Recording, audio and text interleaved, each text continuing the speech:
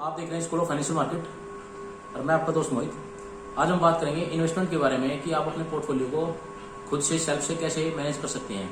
जैसे बहुत लोग म्यूचुअल फंड हाउसेस में इन्वेस्ट करते हैं, तो वहाँ पे क्या होता है, म्यूचुअल फंड हाउसेस अपने हिसाब से पैसे इन्वेस्ट करते हैं, स्टॉक्स के हिसाब से, सेक्टर के हिसाब से। उसके बेसिस पे जो वहाँ से रिटर्न कलेक्ट करते हैं, उसके बेसिस पे अपनी जो उनका ब्रोकरेज होती है वो निकाल के आपको वो रिटर्न प्रोवाइड करते हैं। तो अगर आप खुद से अपना पोर्टफोलियो मैनेज करना चाहते हैं तो आप कैसे मैनेज कर सकते हैं, उसके बारे में आज हम डिस्कस करेंगे। सबसे पहले अगर आप लोगों ने अभी तक हमारा चैनल सब्सक्राइब नहीं कराया तो सबसे पहले आप हमारा चैनल सब्सक्राइब कर लें और बेल आइकन का बटन प्रेस करना ना भूलें, जिससे अगर भविष्य में कोई भी वीडियो डालेंगे तो उसकी नोटिफिकेशन आपको जल्दी से जल्दी आपको मिल जाएगी। चलिए बात करते हैं, हम जिस टॉपिक पर आज बात कर रहे हैं इन्वेस्टमेंट पे, पोर्टफोलियो मैनेजमेंट के ऊपर।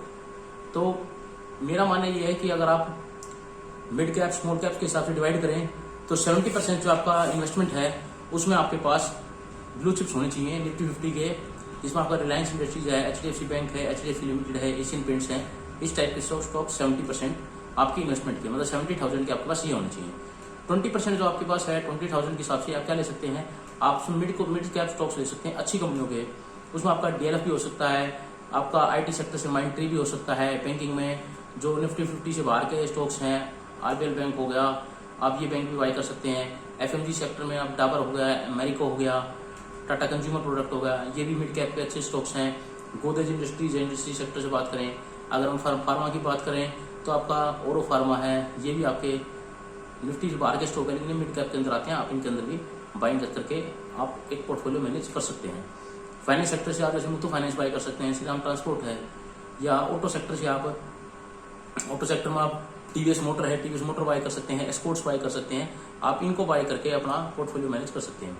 तो लास्ट में जो 10% उसमें क्या होता है, सब स्मॉल कैप जो स्टॉक्स होते हैं, या आप 5% या 2% आप कह सकते हैं कि उनमें से भी कुछ हिस्सा आप पेनी स्टॉक्स के रख सकते हैं। अगर आपको उम्मीद है कि हाँ ये स्टॉक्स अच्छा कर सकता है, जैसे पिछले कुछ दिनों से, एक महीने से रिलायंस कैपिटल के, अदानी ग्रुप के, इसके अनिल अंबानी ग्रुप के, अनिल भाई ग्रुप है तो एडीजी के, उसके आजकल स्टॉक्स रिलायंस इंफ्रा और कैपिटल में थोड़ी सी तेजी देखने को मिली है।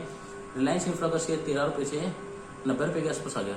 तो ऐसे अगर आपको पेनी स्टॉक से किसी से उम्मीद है, आपको लग रहा है कि वो डेट फ्री कंपनी है, तो उसके अंदर भी आप इन्वेस्ट कर सकते हैं। लेकिन उसमें 2 से 3% अपनी कैपिटल का, तो आपकी अगर लाख रुपए कैपिटल है तो आपको 2,000 के आसपास पेनी स्टॉक्स में डाल के भूल सकते हैं, और 7,000 आपको स्मॉल कैप इन्वेस्ट करना चाहिए।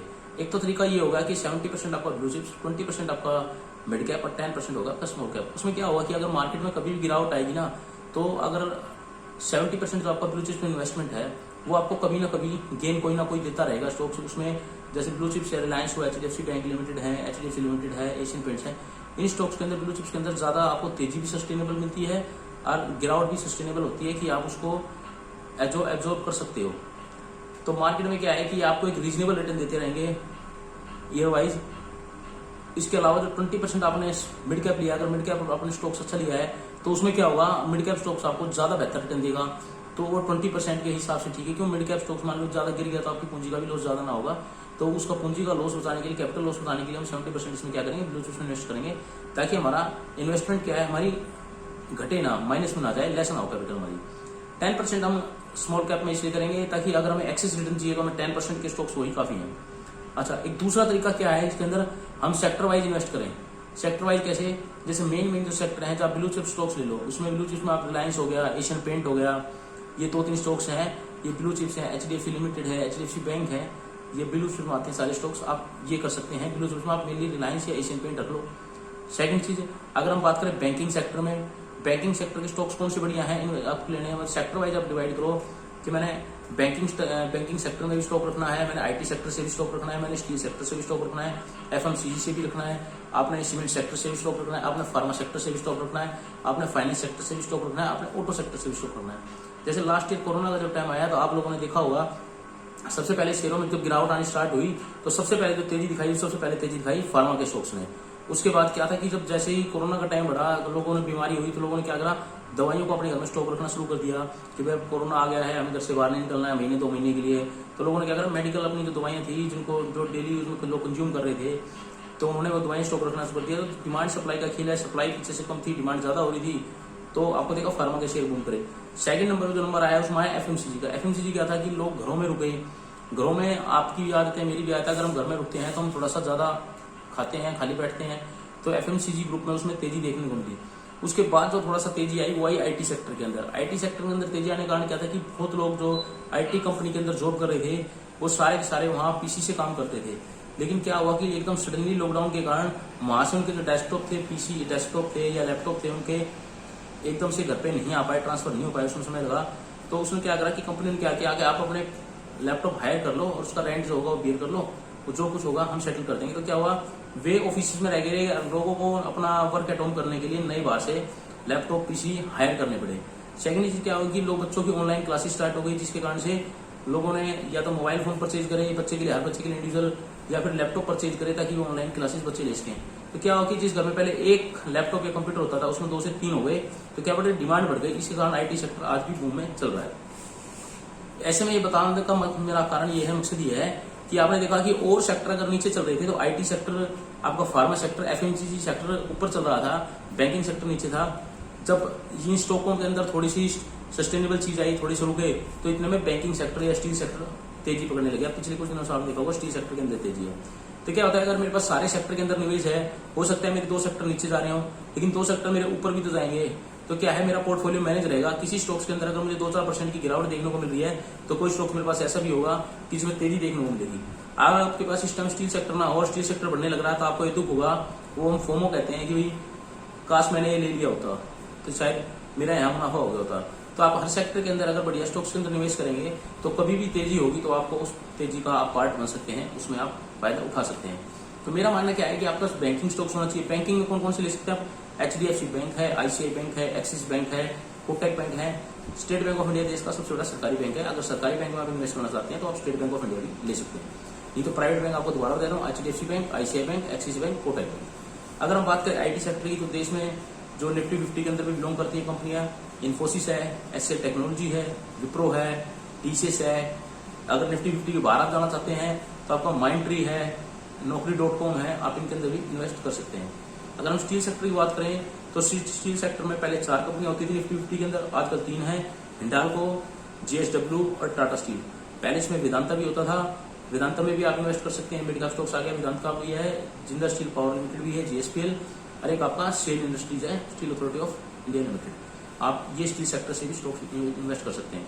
अगर हम बात करें एफएमसीजी की, एफएमसीजी में आपकी इन्वेस्टमेंट होनी चाहिए, तो आप क्या कर सकते हैं, एफएमसीजी में नो प्रोडक्ट में जो उसमें कंपनी आती है निफ्टी 50 के अंदर भी है, आईटीसी आपकी पेंसिल वगैरह भी बनाती हैं, क्लासमेट्स वगैरह की स्कूल प्रोडक्ट्स भी बनाती हैं, इनका होटल इंडस्ट्री का भी काम है, ये और भी घरेलू प्रोडक्ट बिस्किट टाइप्स भी आईटीसी बनाती है। तो एफएमसीजी ग्रुप में आईटीसी, हिंदुस्तान यूनिलीवर, मेरे का डेली यूज में हम बहुत कोई ऐसा प्रोडक्ट होगा हिंदुस्तान यूनिलीवर जो हम डेली यूज में घर में प्रयोग नहीं करते हैं। आपका नेस्ले है, नेस्ले की प्रोडक्ट मैगी सबने खाई है, तो नेस्ले में भी आप इन्वेस्ट कर सकते हैं। अगर हम निफ्टी 50 से बाद की बात करें तो आपका डाबर है, मैरिको है, टाटा कंज्यूमर है और मैकडोल है। आप ये भी कंज्यूमर प्रोडक्ट है, एफएमसीजी प्रोडक्ट है, इनके अंदर भी आप इन्वेस्ट कर सकते हैं। अगर हम बात करें सीमेंट सेक्टर की, सीमेंट सेक्टर में से अल्ट्राटेक है, वो श्री सीमेंट है, वे दोनों के दोनों आपके निफ्टी 50 के अंदर है। ग्रासिम इंडस्ट्रीज भी सीमेंट सेक्टर से बिलोंग करता है, आप उसमें भी इन्वेस्ट कर सकते हैं। इसके अलावा आपको रैमको सीमेंट है, अंबुजा सीमेंट है, ये भी आप बाहर की कंपनी है, इनके अंदर भी आप ये निफ्टी 50 से बाहर हैं, मिड कैप्स में आ जाते हैं, आप इनके अंदर भी इन्वेस्ट कर सकते हैं। अगर हम बात करें फार्मा स्टॉक्स की, Auro pharma, Sun pharma, Cipla, Cadila, Divi's lab, doctor Reddy, Lupin, आप इनके अंदर भी इन्वेस्ट कर सकते हैं। जैसे डॉक्टर रेड्डी हुआ, सन फार्मा, लुपिन हुआ, ये तो अंदर निफ्टी 50 के अंदर भी है। तो ये अच्छे स्टॉक्स हैं, आप इनके अंदर अगर फार्मा सेक्टर में अगर इन्वेस्ट करना चाहते हैं तो आप इनके अंदर इन्वेस्ट कर सकते हैं। तो जब तक कोरोना रहेगा तो फार्मा सेक्टर में तेजी रहेगी, बरकरार रहेगी, इसमें कोई दो राय नहीं है। अगर हम बात करें फाइनेंस सेक्टर की, तो फाइनेंस सेक्टर में आपने देखा होगा कि निफ्टी 50 में भी टॉप बजाज फाइनेंसर हुआ, बजाज फाइनेंस हुआ, HDFC लिमिटेड हो गया, ये इसके अंदर निफ्टी 50 के अंदर भी बिलोंग करते हैं। अरे इनकी वेटेज भी अच्छी है, तो मार्केट को ये हिलाने में भी, बढ़ाने में भी बहुत भूमिका निभाते हैं। इसके अलावा आप अगर मिड कैप में जाना चाहते हैं तो आप श्रीराम ट्रांसपोर्ट है, मुथू फाइनेंस है, L&T फाइनेंस है, आप इनके अंदर मन्नापुरम फाइनेंस है, आप इनके अंदर भी इन्वेस्ट कर सकते हैं। अगर हम बात करें ऑटो सेक्टर की, तो ऑटो सेक्टर में सबसे पहले अगर नाम लेते हैं तो हमारा नाम आता है जुबान पे मारुति सुजुकी। देश की सबसे बड़ी जो ऐसी मतलब जहाँ जहाँ घर घर में ऐसे मतलब किसी अगर इंसान ने, भारत के ने अगर किसी ने कोई गाड़ी चलाई है तो मेरे का शायद सबकी पहली गाड़ी मारुति की गाड़ी होगी। तो मारुति सुजुकी हो गई, टाटा मोटर्स हो गई आपकी, इसके अंदर आप एस्कॉर्ट्स भी ले सकते हैं, आप इसके अंदर हीरो मोटो भी ले सकते हैं। मोटरसाइकिल में अगर बात करें तो हीरो मोटो सबसे बड़ा नाम है, टीवीएस मोटर है, बजाज ऑटो है, तो आप इन सेक्टर के अंदर भी इन्वेस्ट कर सकते हैं।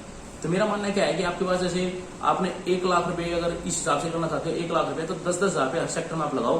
10,000 रुपये आपने ऑटो सेक्टर में लगा दिए, 10,000 रुपये आपने फाइनेंस सेक्टर में लगा दिए, 10,000 रुपये आपने फार्मा सेक्टर में लगा दिए। मतलब आप भी देख लो, मैंने अगर 8 सेक्टर लेने हैं, 8-9 सेक्टर हैं, 10 सेक्टर हैं, अगर मैंने सब में बराबर इक्वली डिवाइड पैसे करना है। जी आप ये मत देखो कि मैंने अगर HDFC बैंक लेना है तो HDFC बैंक 1500 रुपये का शेयर है, स्टेट बैंक है 350 रुपये का, 420 रुपये का शेयर है।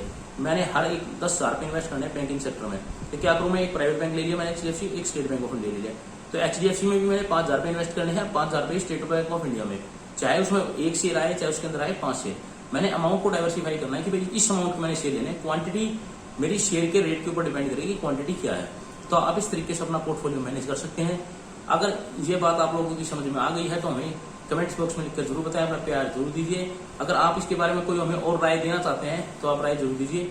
अच्छा, इससे रिलेटेड जो आपको स्क्रिप्ट्स है वे आपको हमारे फेसबुक पेज, इंस्टाग्राम पेजेस पे आपको मिल जाएंगी, वहां पर पोस्ट में आपको मिल जाएंगी। आप कैसे अपने पोर्टफोलियो को डाइवर्सिफाई कर सकते हैं, वहां आपको मंडे या ट्यूसडे को आपको इंस्टाग्राम वगैरह पे, फेसबुक पे आपको ये वहां पे मिल जाएगी। हमारे और सोशल मीडिया अकाउंट आप उनको फॉलो कर लीजिए। ये मैंने आपको वर्बली बताया, वहां पर आपको पूरी शीट प्रोवाइड हो जाएगी, आप वहां से देख के भी आप इन्वेस्ट कर सकते हैं। सेकंड चीज, अगर आप लोगों ने अभी तक, मैं आप दोबारा बता रहा हूँ, अगर आप लोगों ने अभी तक यूट्यूब का चैनल सब्सक्राइब नहीं कराया तो वो कर लीजिए। इंस्टाग्राम पे, फेसबुक पे, ट्विटर पे sfmofficial.com के नाम से हमारी वेबसाइट भी है, आप वहां पर भी जाकर हमें फॉलो कर सकते हैं। वहां पर आपको IPO से रिलेटेड, किसी कंपनी का कोई रिजल्ट है उससे रिलेटेड आपको वहाँ सारे ब्लॉग पोस्टिंग मिलते हैं, आप वहां से भी जानकारी स्टॉक मार्केट के लिए उठा सकते हैं। आने वाले दिनों में हम कुछ दिनों में संडे टू संडे एक वेबिनार की कोशिश करेंगे कि 12 बजे के आसपास एक वेबिनार दिया जाए 2 घंटे, और एक Q&A सेशन की कुछ स्टार्ट करना चाह रहे हैं हम। एक Q&A सेशन अगर आप लाइव करेंगे हम, अगर उसमें आप लोगों की किसी स्टॉक के बारे में कोई जानकारी लेना चाहते हैं तो मैं लाइव मार्केट में या लाइव में जब आऊँ संडे को, तो आप मेरे से Q&A में पूछ सकते हैं कि आप स्टॉक मार्केट, इस स्टॉक के बारे में क्या रखते हैं। तो हम अपना जो व्यू होगा उस स्टॉक्स के बारे में वो अपना शेयर करने की कोशिश करेंगे। तो मे भी जुलाई महीने से संडे टू संडे एक वेबिनार और एक Q&A सेशन स्टार्ट हो जाएगा। तो आप उसकी नोटिफिकेशन आपको फेसबुक वगैरह पे, फेसबुक पे, यूट्यूब पे, इंस्टाग्राम पे आपको मिल जाएगी। Thank you.